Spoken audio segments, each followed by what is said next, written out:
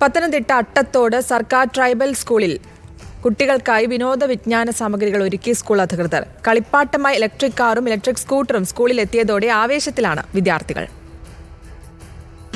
ചെന്നൈയിൽ നിന്നാണ് അട്ടത്തോട് സർക്കാർ ട്രൈബൽ സ്കൂളിലേക്ക് കുട്ടികൾക്കുല്ലാസത്തിനായി ഇലക്ട്രിക് കാറും ഇലക്ട്രിക് സ്കൂട്ടറും എത്തിച്ചത്. കാറും സ്കൂട്ടറും കുട്ടികൾ ആവേശത്തോടെ ഡ്രൈവ് ചെയ്തു.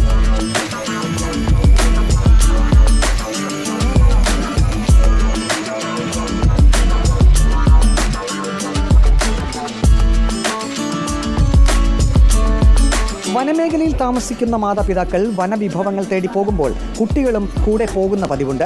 പല കുട്ടികളും സ്കൂളിൽ ഈ സമയത്തെത്താറില്ല. കുട്ടികളെ സ്കൂളിൽ എത്തിക്കാനുള്ള ഒരു ഉപായം കൂടിയായി ഇലക്ട്രിക് കാറും സ്കൂട്ടറും. സന്നദ്ധ പ്രവർത്തകനായ ഫാദർ ബെൻസി മാത്യുവാണ് ഇലക്ട്രിക് കാറും സ്കൂട്ടറും സ്കൂളിന് സമ്മാനിച്ചത്. School head master Biju Thomas Amboori കളിപ്പാട്ട വാഹനങ്ങൾ ഏറ്റുവാങ്ങി. കുഞ്ഞുങ്ങളെല്ലാം ഹാപ്പിയാണല്ലോ? എല്ലാവരും ഹാപ്പിയാണോ?